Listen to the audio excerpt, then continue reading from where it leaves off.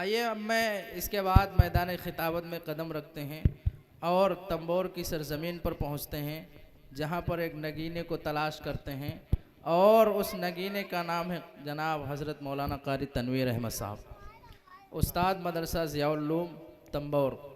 मैं हज़रत की शान में और ज़्यादा बोलने की जो है जसारत नहीं रखता हूँ, इस वजह से मैं बिला ताख़ीर के दावत स्टेज देता हूँ कि हज़रत आएँ और हम सब तक नसीहत पहुँचाएँ। नहमदुहु व नुसल्ली अला रसूलिहिल करीम, अम्मा बाद। क़ाल अल्लाहु अज़्ज़ व जल्ल फ़िल क़ुरआनिल मजीद वल फ़ुरक़ानिल हमीद। अऊज़ु बिल्लाहि मिनश शैतानिर रजीम, बिस्मिल्लाहिर रहमानिर रहीम। वमा अर्सलनाका इल्ला रहमतल लिल आलमीन।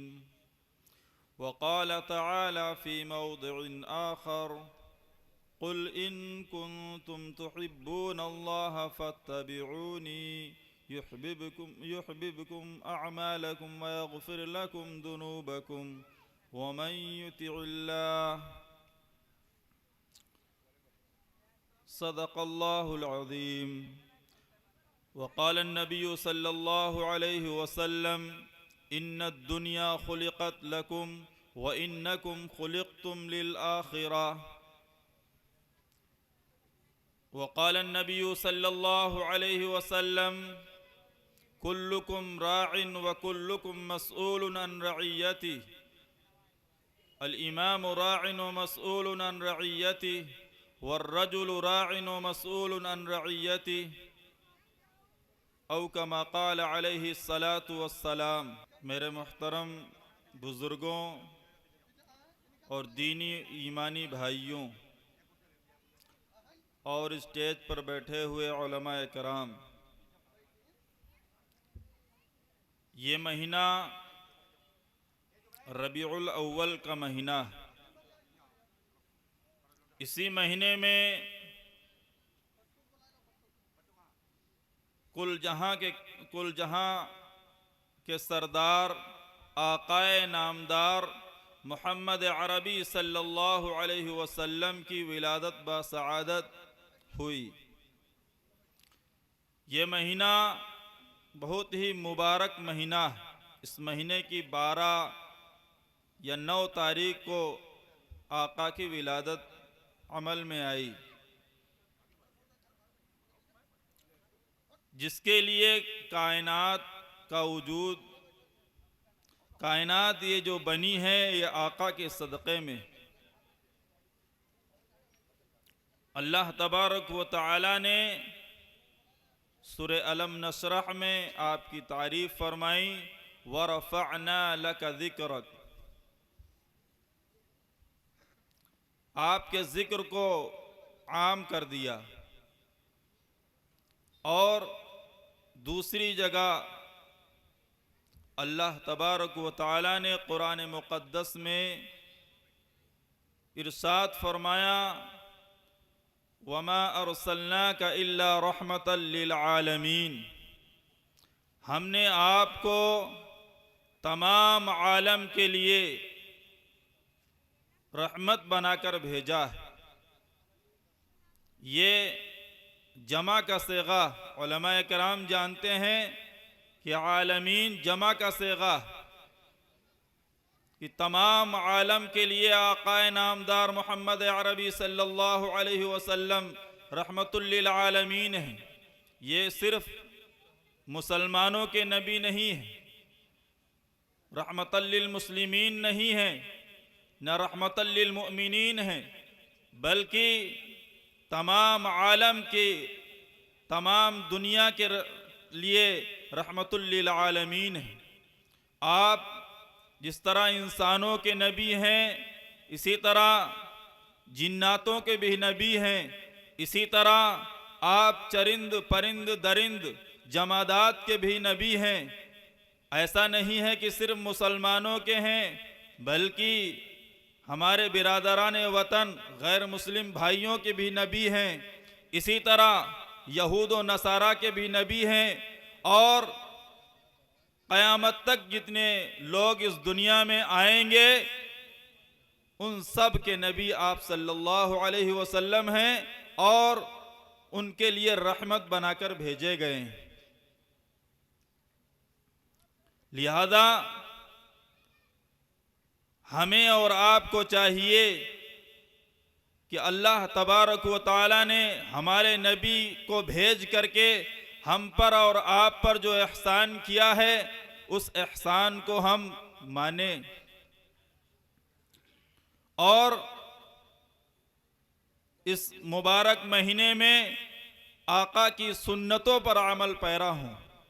अगर अल्लाह तबारक व तआला या अल्लाह के रसूल सल्लल्लाहु अलैहि वसल्लम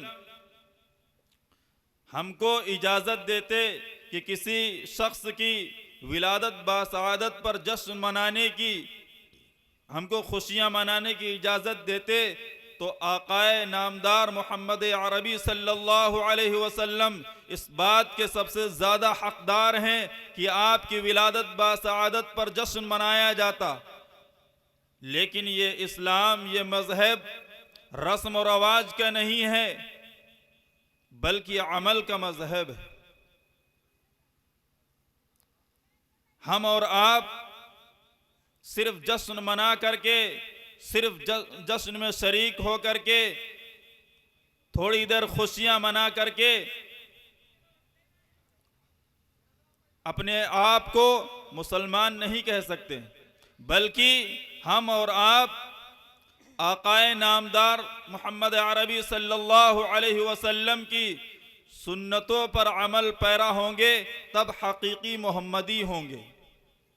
अगर हमारी ज़िंदगी सुन्नतों से कोरी है, हमारी ज़िंदगी आका के तरीक़े से कोरी है तो कमा हक़्क़हू हम ईमान वाले नहीं हैं। जो सच्चा पक्का मोमिन होने की अलामत है वो अगर हमारे अंदर नहीं है तो हम सच्चे पक्के मोमिन नहीं हैं। अगर झूठ हमारे अंदर दाखिल है, आका ने फरमाया अस्सिद्क़ु युंजी वल किज़्बु युहलिक, कि सच्चाई में नजात है और झूठ में हलाकत है। हम और आप माशरे में धड़ल्ले से झूठ बोल दिया करते हैं और गीबत किया करते हैं और लोगों की बदगोई किया करते हैं और अपने आप को मोमिन कहते हैं। हालांकि ये ईमान वालों की सिफात नहीं है। ईमान वालों की सिफात ये है या अय्युहल्लज़ीना आमनू कूनू मअस्सादिक़ीन, ऐ ईमान वालों सच्चों के साथ रहो।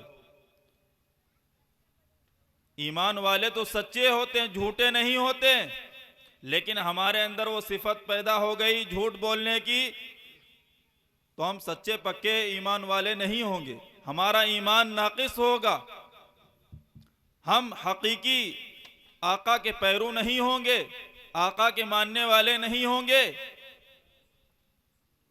लिहाजा ये रबीउल अव्वल का महीना, आका की पैदाइश का महीना, ये हमें ये सबक देता है कि हम और आप आका की सुन्नतों पर अमल पैरा हों, ना कि बिदात और खुराफात और रसूमात में हम अपने वक्त को गुजारें।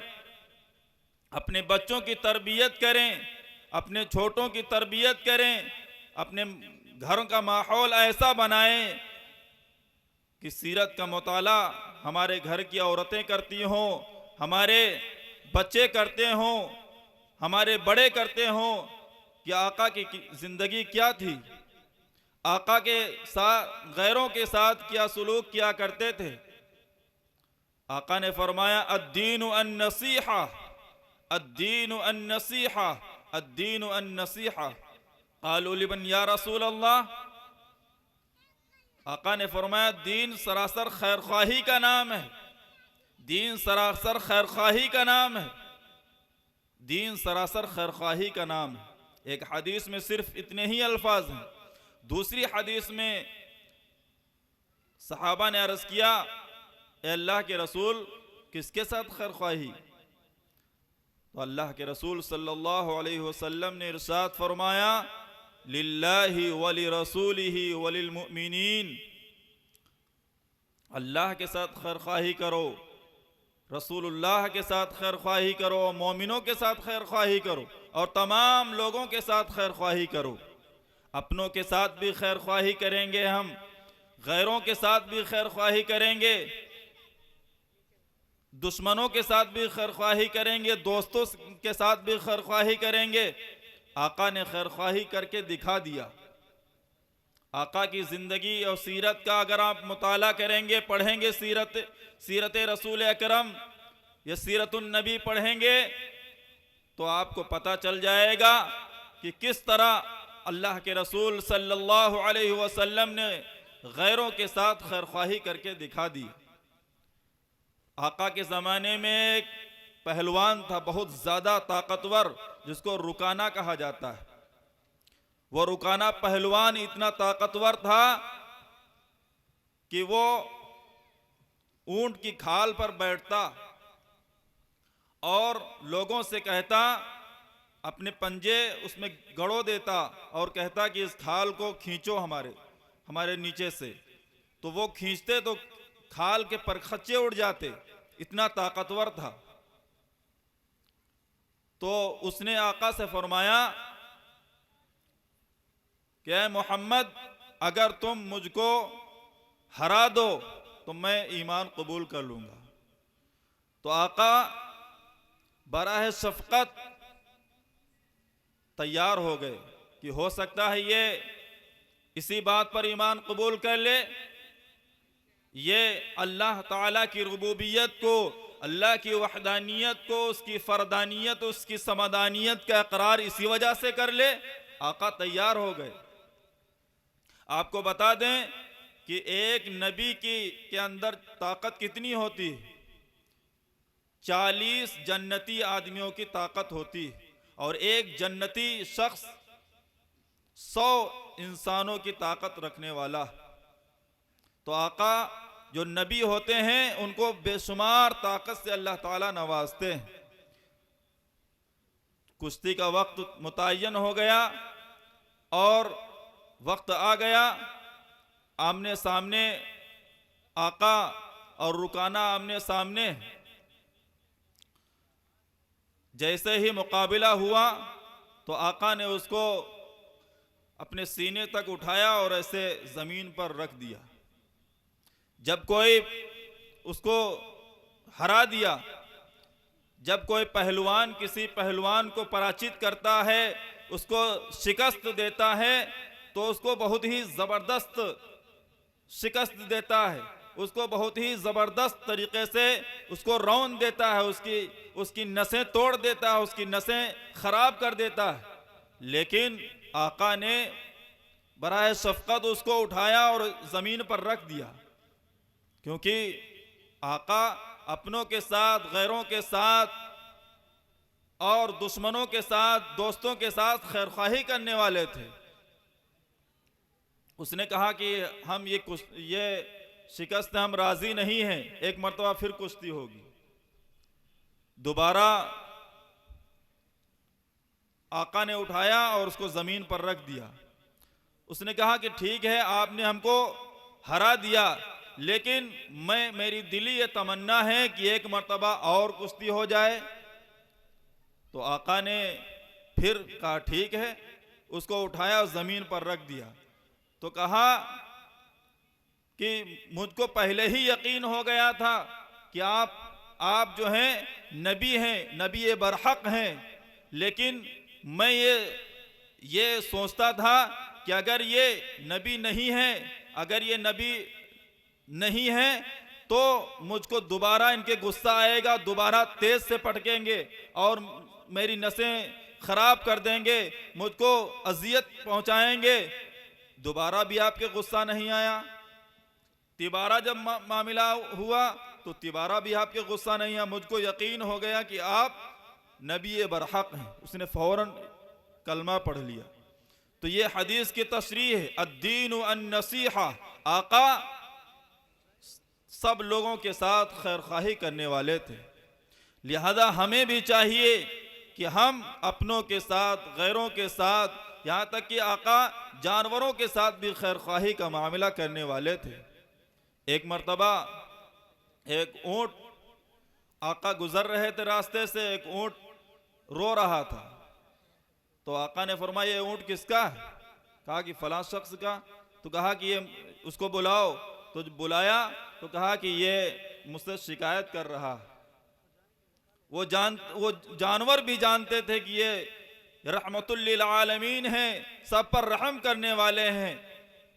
कहा कि इसको चारा कम देते हो, इससे काम ज्यादा लेते हो, ऐसा ना किया करो। तो आका अपनों के साथ, गैरों के साथ, जमादात के साथ और हैवानात के साथ, सबके साथ खैरखाही का मामला करने वाले थे। हम नबी के उम्मती हैं, हम नबी के पैरू हैं, हम नबी के मुत्तबईन हैं। हमें भी चाहिए कि हम भी आका की सुन्नतों पर अमल पैरा हो और अपनों के साथ, गैरों के साथ, सबके साथ खैरखाही का मामला करने वाले हैं।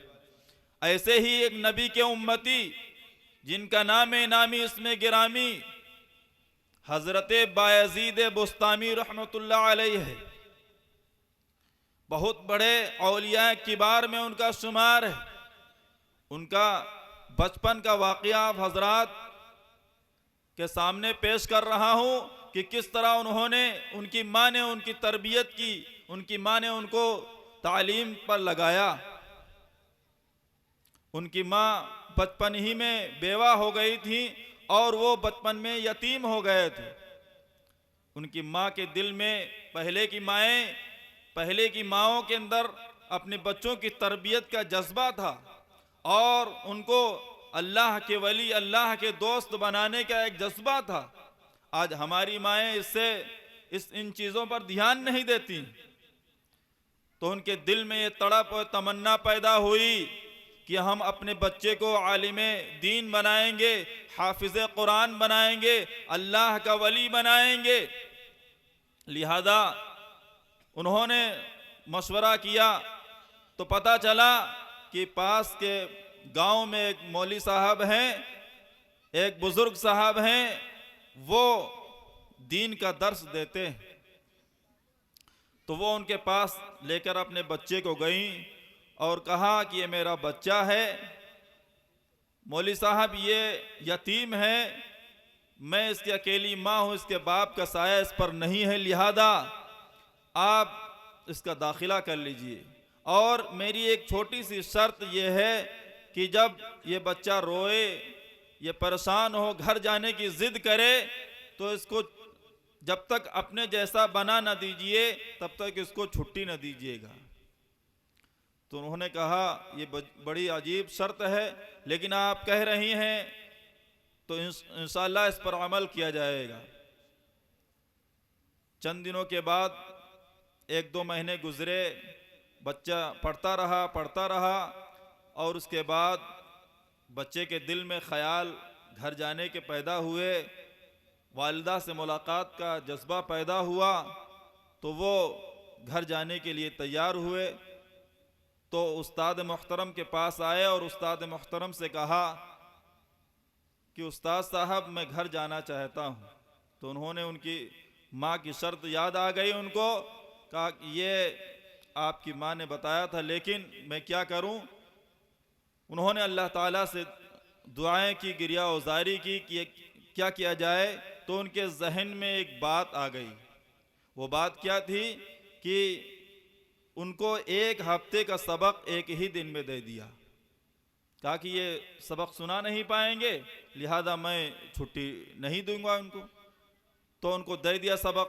तो उन्होंने अल्लाह ताला से रुजू हुए, अल्लाह ताला की तरफ गए और कहा कि अल्लाह ताला, बचपन में जब कोई मुसीबत, कोई परेशानी आती थी तो मेरी वालिदा आप ही से मांगती थी, लिहाजा मुझको भी ये 1 हफ्ते का सबक, वो जान गए कि ये मुझको रोकने का ज़रिया है, मुझको भी ये सबक याद करा दीजिए।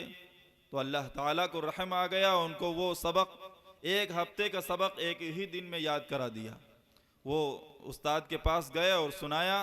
तो उस्ताद के पास कोई चांस नहीं था, कोई मामला नहीं था कि आप कैसे रोकें। तो उन्होंने इजाज़त दे दी। वो शाम को अपनी वालिदा के पास गए और किवाड़ खटखटाया। कि वालिदा मुहतरमा दरवाज़ा खोलिए। एक मर्तबा आवाज़ दी, अंदर से कोई आवाज़ नहीं आई। दूसरी मर्तबा आवाज़ दी तो अंदर से कोई आवाज़ नहीं आई। तीसरी मर्तबा जब आवाज़ दी तो कहा कौन? कहा कि मैं आपका बेटा बायजीद। तो कहा कि मेरा बेटा तो पढ़ने गया है।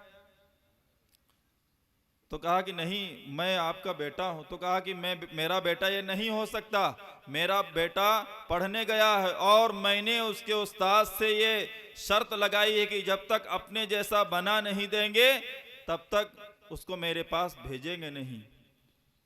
हज़रत बायजीद बुस्तामी रहमतुल्लाह अलैह समझ गए मसला क्या है, वापस आ गए और उस्ताद मुहतरम से पूरी बात बताई और पढ़ाई में इतना मगन हुए, इतना दिलचस्पी के साथ पढ़ते रहे यहाँ तक कि 16 साल की मुद्दत तक पढ़ते रहे और अपने घर को वापस नहीं गए।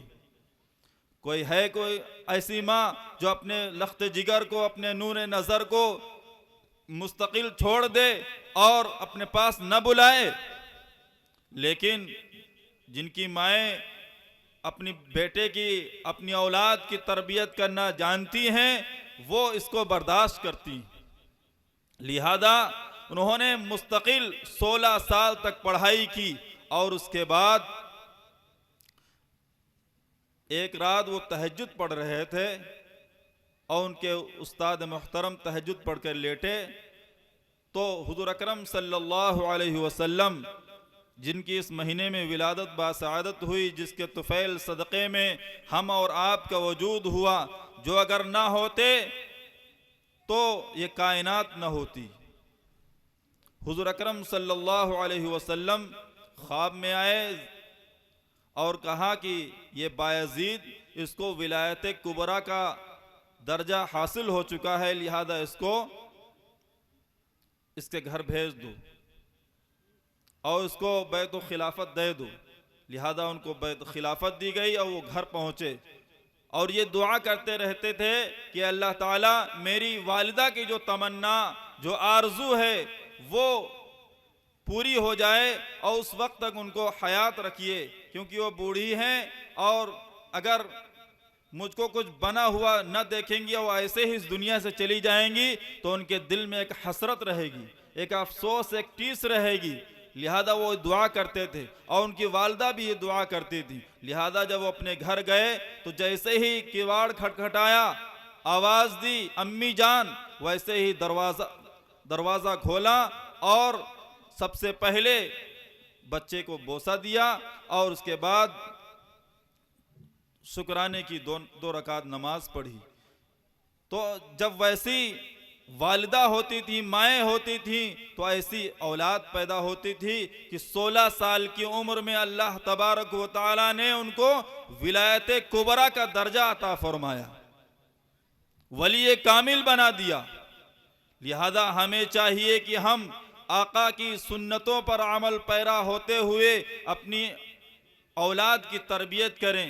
उनका अच्छे से जब पैदा हो बच्चा तो उसका अच्छा से अच्छा नाम रखें और उसकी तालीम और तरबियत का इंतज़ाम करें। यह हमारी जिम्मेदारी है। अगर हम अपनी जिम्मेदारी को निभाएंगे नहीं, हम अपनी जिम्मेदारी को पूरा नहीं करेंगे तो लड़के भी हमारी कोई खैर ख्वाही नहीं करेंगे, हमारी खिदमत गुजारी नहीं करेंगे।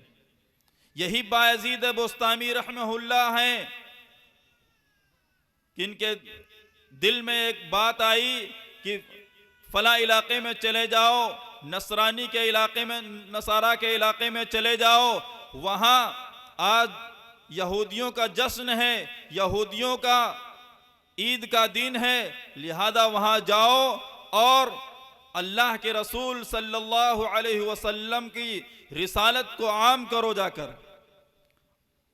तो इनके दिल में ये बात आई तो ये इन्होंने समझा कि हो सकता है शैतानी अमल हो, लिहाजा इन्होंने ला हौल वला कुव्वत पढ़कर उसको दफ़ा किया। फिर सोए, फिर वही दिल में ख्याल आया कि फला इलाके में चले जाओ, राहिबाना लिबास पहन लो और वहाँ जा कर के अल्लाह के रसूल सल्लल्लाहु अलैहि वसल्लम की रिसालत को आम करो, रसूलुल्लाह सल्लल्लाहु अलैहि वसल्लम की दावत को आम करो। लिहाजा वो सुबह उठे और राहिबाना लिबास पहना और सलेब जन्नार लगाई और उसके बाद उसमें चले गए। वहां जब पहुंचे तो जैसे यहां पर मजमा बैठा हुआ है, यहूद और नसारा के लोग मौजूद थे, राहिब मौजूद थे, तो उन्होंने वो बैठ गए। जैसे ही बैठे तो उसके खतीब, जो बड़ा राहिब और पोप था, उसकी जुबान बंद हो गई। तो सब पादरियों ने कहा कि आप खामोश क्यों हो गए? तो कहा कि वाकया यह है कि इसमें एक मोहम्मदी है, मोहम्मद सल्लल्लाहु अलैहि वसल्लम को मानने वाला बैठ गया है, जिसकी वजह से मेरी जुबान काम नहीं कर रही। तो उन पादरियों ने कहा, उन नसरानियों ने कहा कि अगर आप इजाज़त दें तो हम उसको कत्ल कर दें। तो कहा नहीं, उसका इम्तिहान लिया जाएगा। अगर वो इम्तिहान में कामयाब हो गया, इम्तिहान में या तो कामयाबी होती है या जिल्लत होती है। अगर पास हो गया इम्तिहान में तो कामयाबी है, अगर फेल हो गया तो जिल्लत और रुसवाई है। तो कहा ठीक है। तो उस पादरी ने कहा, कुम या मुहम्मदी, ए मुहम्मदी खड़ा हो जा। हजरत बायजीद बुस्तामी रहमहुल्लाह अपनी जगह से खड़े हो गए। तो उसने कहा कि मैं तुझसे चंद सवालात करूंगा, अगर उन सवालात के सही सही जवाब दे लेगा तो ठीक है, वरना तेरे साथ जो ये हमारे साथी सुलूक करेंगे उसको बर्दाश्त करना पड़ेगा। लिहाजा उन्होंने कहा ठीक है। कहा कि वो एक बताओ जिसका कोई दूसरा नहीं है, वो दो बताओ जिसका कोई तीसरा नहीं है, वो तीन बताओ। ऐसे अटपट सवाल कर रहा था कि आदमी के वहम गुमान में भी वो चीज ना हो। लेकिन जिसको अल्लाह ताला का कुर्ब हासिल होता है, रसूलुल्लाह सल्लल्लाहु अलैहि वसल्लम की जो सुन्नतों पर अमल पैरा होता है, अल्लाह तबारक व ताला उसको इल्म लदुन्नी और इल्म वहबी से नवाजते हैं। उसने जैसे सवाल किया कि वो एक बताओ जिसका कोई दूसरा नहीं, तो उन्होंने बताया अल्लाहु वाहिदुन वला सानिय ला, एक अल्लाह है और दूसरा कोई नहीं। कहा कि वो दो बताओ जिसका तीसरा कोई नहीं है। कहा वल्लैलु वन्नहार वला सालिस ला, वो दो चीजें दिन और रात हैं जिसकी तीसरा कोई चीज नहीं। कहा कि वो तीन बताओ जिसका कोई चौथा नहीं है। ऐसे सवाल करता रहा। कहा कि वो तीन चीजें, वल्लौह वल कलम वल कुर्सी, तीन लौह, कलम और कुर्सी है अल्लाह ताला की। कहा कि वो चार चीजें बताओ जिसका कोई पांचवा नहीं है। तो कहा कि वो चार चीजें, वज़्ज़बूर वत्तौरात वल इंजील वल कुरानुल करीम, चार आसमानी किताबें हैं, पांचवी नहीं है। कहा कि वो पांच बताओ जिसकी कोई छठी चीज नहीं है। फरमाया कि वो पांच चीजें, पांच फर्ज नमाजें हैं, जोहर, फजर, जोहर, असर, मगरिब, इशा। कहा कि वो छह बताओ जिसका कोई सातवां नहीं है। कहा कि वो अल्लाह तबारक व तआला ने 6 दिनों में तमाम चीजों को पैदा फरमाया। कहा कि वो 7 बताओ जिसका 8वां नहीं है। कहा कि वो 7 आसमान है, 8वां आसमान नहीं है। कहा कि वो 8 बताओ जिसका 9वां नहीं है। कहा कि अर्श के उठाने वाले फरिश्ते 8 हैं, 9 नहीं है। कहा कि वो 9 बताओ जिसका 10वां नहीं है। कहा कि वो 9 बनी इसराइल में फसाद करने वाले, करप्शन फैलाने वाले 9 अफराद थे, 10 नहीं थे। कहा कि वो 10 बताओ जिसका 11वां नहीं है। तो कहा कि वो 10, जब कोई शख्स हज तमत्तु करता है और उसके पास कुर्बानी के पैसे नहीं होते तो वो 10 रोजे रखता है। कहा कि वो 11 बताओ जिसका कोई 12 नहीं है। कहा कि हजरते यूसुफ अलैहिस्सलातु वस्सलाम के 11 भाई थे, 12वां कोई नहीं था। कहा कि वो 12 बताओ जिसका कोई 13वां नहीं है। कहा कि वो 12 महीने हैं, साल में 12 महीने होते हैं। कहा कि वो 13 बताओ जिसका कोई 14वां नहीं है। तो कहा कि वो 13 हजरत यूसुफ अलैहिस्सलातु वस्सलाम का वो ख्वाब है। सूरह यूसुफ में उसका तज़किरा है। इज़ क़ाल यूसुफ लिअबीहि या अबति इन्नी रअयतु अहद अशरा कौकबा वश्शम्स वल क़मर रअयतुहुम ली साजिदीन, कि वो हजरत यूसुफ अलैहिस्सलातु वस्सलाम ने 13 चीज़ें देखी, 11 सितारे और सूरज और चांद की उनके सामने सजदा रेज है। कहा कि वो 14 बताओ जिसका कोई 15वां नहीं है। तो कहा कि वो 14 चीजें 7 आसमान और 7 जमीनें हैं। कहा कि वो ज़ारियात ज़रवा क्या है? कहा कि वो ज़ारियात ज़रवा ये 4 हवाएं हैं, मशरिकी, मगरिबी, शुमाली और जुनूबी। वल हामिलात विक़रा क्या है? तो कहा कि हामिलात विक़रा ये बादलों के नाम है। कहा कि वल मुक़स्सिमात अमरा क्या है? कहा कि ये वो फरिश्ते हैं जो 15 शाबान से लेकर के दूसरे 15 शाबान तक लोगों का रिस्क तकसीम करते हैं। कहा कि वो चीज़ बताओ जो न जानदार है, न इंसान है, न जिन्नात है, लेकिन वो सांस लेती है। तो फरमाया वस्सुब्ह इज़ा तनफ़्फ़स, कसम है सुबह की जब वो सांस लेती है। इसी तरह उन्होंने कहा कि वो ऐसी कौम को बताओ जो झूठ बोलेगी और जन्नत में जाएगी। तो कहा कि वो हजरत यूसुफ अलैहिस्सलातु वस्सलाम के भाई हैं। हजरत यूसुफ अलैहिस्सलातु वस्सलाम के भाइयों ने झूठ बोला था कि हजरत यूसुफ अलैहिस्सलातु वस्सलाम को नौज़ बिल्लाह भेड़िया खा गया।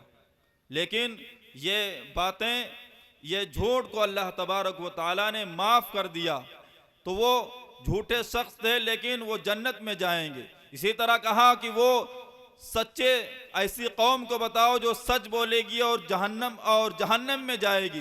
तो कहा कि वो कौम यहूद और नसारा की कौम है। यहूद कहते हैं कि नसारा झूठ बोल रहे हैं, नसारा हक पर नहीं है, वो हक सच बात कहते हैं। और इसी तरह नसारा कहते हैं कि यहूद झूठ बोल रहे हैं और ये राह रास्त पर नहीं है, लिहाजा वो भी झूठे हैं, वो भी सच्चे हैं, लिहाजा वो लोग भी जो है जहन्नम में जाएंगे।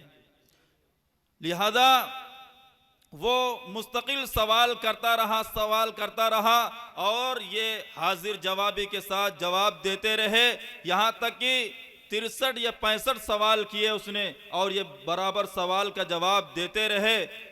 जब सवाल मुकम्मल हुए तो इन्होंने कहा कि बस अब कोई और सवाल है? तो कहा कि अब कोई सवाल नहीं। तो कहा कि सिर्फ एक सवाल करने की इजाज़त दीजिए, मैं भी एक सवाल करना चाहता हूँ। तो वो खामोश हो गया। तो लोगों ने कहा, जो पादरी मौजूद थे, जो नसारा की कौम के लोग मौजूद थे, उन्होंने कहा कि इसने आपके 65 या 63 सवाल के जवाब दिए और ये सिर्फ एक सवाल की इजाज़त मांग रहा है। तो कहा वो चीज़ बताओ कि आसमानों की और जन्नत की कुंजी क्या है। वो खामोश हो गया। तो उसने कहा, तो कौम ने कहा कि इसका सवाल का जवाब दीजिए। तो कहा कि अगर इसका सवाल का जवाब दे दूं तो तुम लोग रूगर्दानी करने लगोगे, मेरी नाफरमानी करोगे। तो उन्होंने कहा नहीं, आप जो कहेंगे वो उस बात पर अमल पैरा होंगे। तो कहा कि जन्नत की और आसमान की कुंजी ला इलाहा इल्लल्लाह मुहम्मदुर रसूलुल्लाह सल्लल्लाहु अलैहि वसल्लम। आप लोग एक मर्तबा पढ़िए, ला इलाहा इल्लल्लाह मुहम्मदुर रसूलुल्लाह।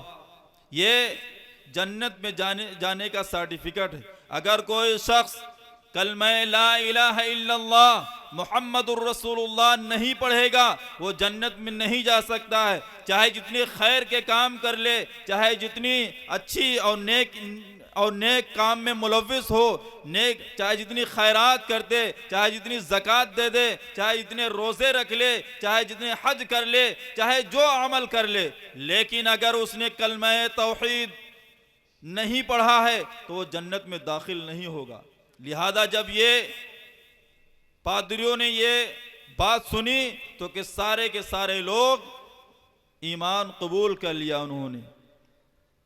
लिहाजा ऐसे मोहम्मदी बनने की ज़रूरत है कि हम एक हों और तमाम लोगों के लिए खैरख्वाही का ज़रिया बने।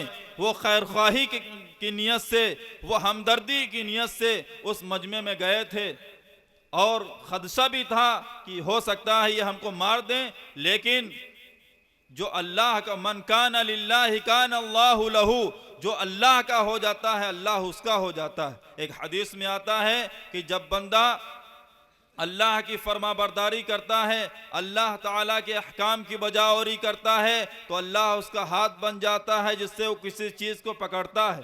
अल्लाह ताला उसकी आंखें बन जाता है जिससे वो किसी चीज़ को देखता है। इसी तरह अल्लाह ताला उसके तमाम आज़ा बन जाते हैं जिससे वो तमाम चीज़ों को इस्तेमाल करता है। तो वो एक फ़र्द हैं और हज़ारों के मजमे में काफ़ी है। अगर एक ईमान वाला अपने सच्चे पक्के ईमान होने का सबूत दे और कलमे तौहीद के मुताबिक ज़िंदगी गुजारे, आका की सुन्नतों पर अमल पैरा हो जाए, तो हालात बदल सकते। आका ने फरमाया इन्न दुनिया खुलिकत लकुम व इन्नकुम खुलिकतुम लिल आखिरा। दुनिया की तमाम चीज़ें अल्लाह ताला ने तुम्हारे लिए बनाई हैं, तुम्हारे फ़ायदे के लिए बनाई हैं, लेकिन तुम्हें किस लिए बनाया है? तुम्हें आखिरत के लिए बनाया। अल्लाह तबारक व ताला ने एक चीज़ बनाई और उसके बाद उसको ख़रीद ली। ये भी उसमें सवाल था कि अल्लाह तबारक व ताला ने कोई एक चीज़ बनाई और उसके बाद उसको ख़रीद लिया। वो कौन सी चीज़ है? कहा कि वो मोमिनों का जान और माल है। अल्लाह तबारक व ताला ने इरशाद फरमाया इन्नल्लाह अश्तरा मिनल मुअमिनीना अनफुसहुम व अमवालहुम बिअन्न लहुमुल जन्नह। अल्लाह तबारक व ताला ने ईमान वालों के माल को और जान को खरीद लिया। किसके बदले में खरीद लिया है? जन्नत के बदले में खरीद लिया। यह हमारा जान और माल यह हमारा नहीं है, बल्कि अल्लाह तबारक व ताला का खरीदा हुआ है। लिहाजा हमें और आपको और तमाम गांव वालों को चाहिए कि हम जब कोई चीज़ खरीदी हुई किसी के पास अमानत के तौर पर रखी जाती है तो उसमें उसका हक नहीं होता है। जो खरीदार होता है तसर्रुफ का हक उसी को हासिल होता है। लिहाजा हमें चाहिए कि हम अल्लाह तबारक व ताला के अहकाम की बजावरी करें। आकाए नामदार मोहम्मद अरबी सल्लल्लाहु अलैहि वसल्लम जिनके सदक़े में कायनात वजूद में आई, उनकी सुन्नतों पर मुकम्मल अमल पैरा हूँ। और जिस तरह सहाबा कराम रिज़वानुल्लाहि अलैहिम अजमईन ने अपनी ज़िंदगियों को आका की सुन्नतों पर लगा दिया, जान को, माल को, वक्त को, हर चीज़ को आका की सुन्नतों पर लगा दिया, आका के तरीक़े पर लगा दिया। अगर हम कामयाबी की ज़िंदगी गुजारना चाहते हैं, कामरानी की ज़िंदगी गुजारना चाहते हैं, तो हमको उन्हीं के नक्श कदम पर चलना पड़ेगा। एक सहाबी रसूल हैं हज़रत रिब इब्न आमिर रदियल्लाहु अन्हु। ये रुस्तम के दरबार में जाते हैं। ये भी अदना सहाबी हैं, लेकिन उनके दिल में अल्लाह का खौफ होता है, बंदों का खौफ नहीं होता। फरमाया जब वहाँ पहुँचे, फरमाया अल्लाहु तअसना लिनुखरिज मन शा इला इबादतिल इबाद इला इबादतिल्लाहि वहदह व मिन ज़ीक़ि दुनिया इला सअतिहा व मिन जौरिल अदियान इला अदलिल इस्लाम। कहा कि हमको इसलिए भेजा गया, हम आए नहीं हैं, ईमान वाले इस दुनिया में भेजे गए हैं। किस लिए भेजे गए हैं? अल्लाह तआसना लिनुखरिज मन शा इला इबादतिल इबाद।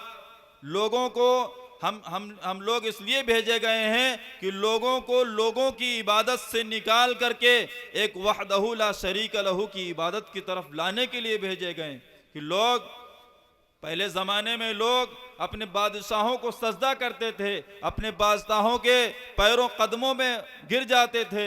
लेकिन जब इस्लाम आया, जब ईमान वाले आए, आकाए नामदार मोहम्मद अरबी सल्लल्लाहु अलैहि वसल्लम इस दुनिया में तशरीफ़ लाए, इन तमाम रस्मों को, इन तमाम रिवाजों को का खात्मा किया।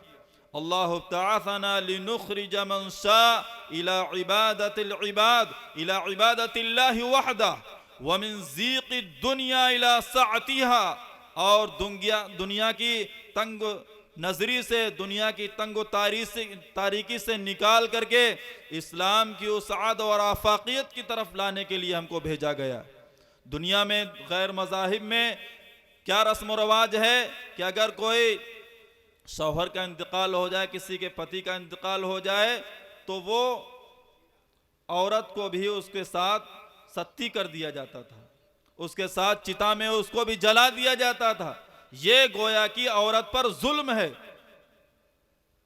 तो जब इस्लाम आया, आका तशरीफ लाए, इन तमाम रस्म और रिवाजों को ख़त्म कर दिया कि उसकी क्या गलती है।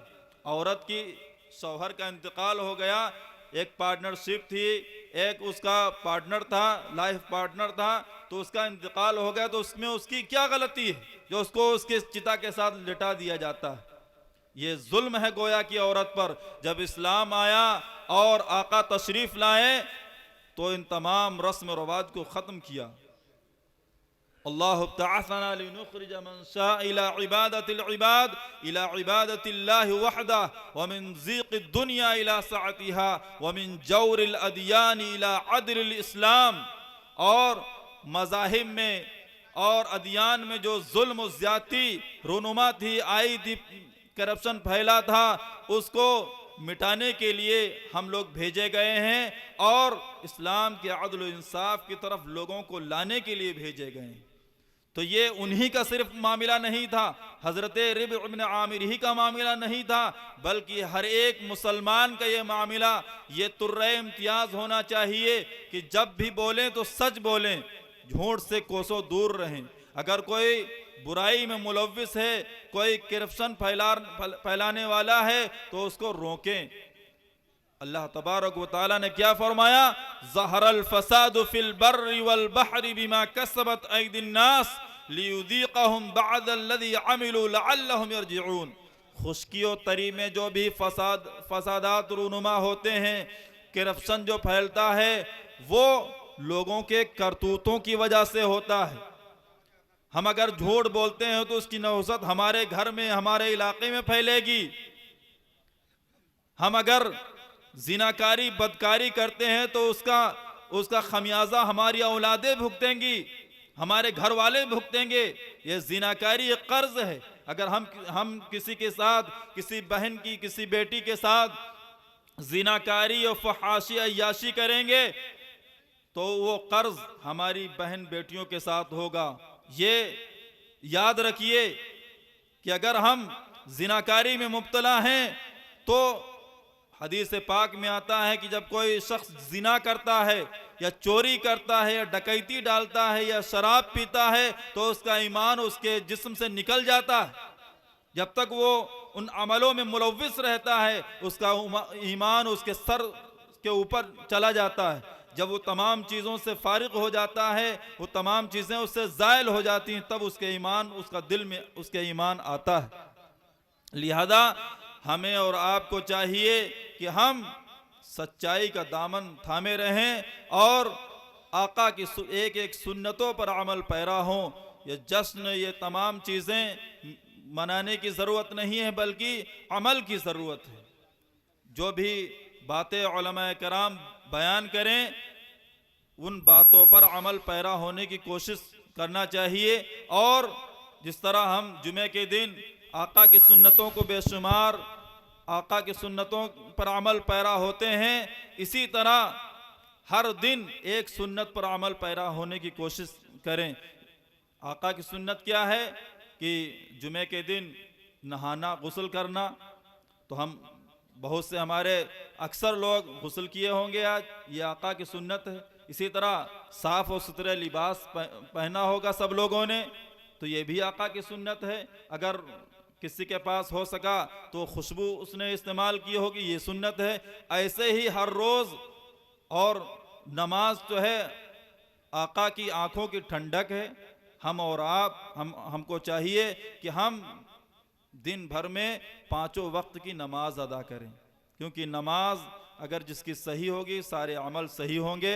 लिहाजा हम ये जो रबीउल अव्वल का महीना है ये हमें यही दर्स देता है कि हम आका की सुन्नतों पर अमल पैरा हों। जिस तरह सहाबा कराम रिज़वानुल्लाहि अलैहिम अजमईन आका की सुन्नतों पर अमल पैरा होने के बाद कामयाब हो गए, अगर हम उनके नक्श कदम पर चलेंगे तो अल्लाह ताला की ज़ात से उम्मीद है कि अल्लाह तबारक व ताला हमको और आपको और तमाम ईमान वालों को कामयाब करेंगे और इंशाअल्लाह हम सब कामयाब होंगे। अल्लाह ताला हम सब को अमल की तौफीक अता फरमाए। व आखिर दावाना अनिल हम्दुलिल्लाह। हेलो।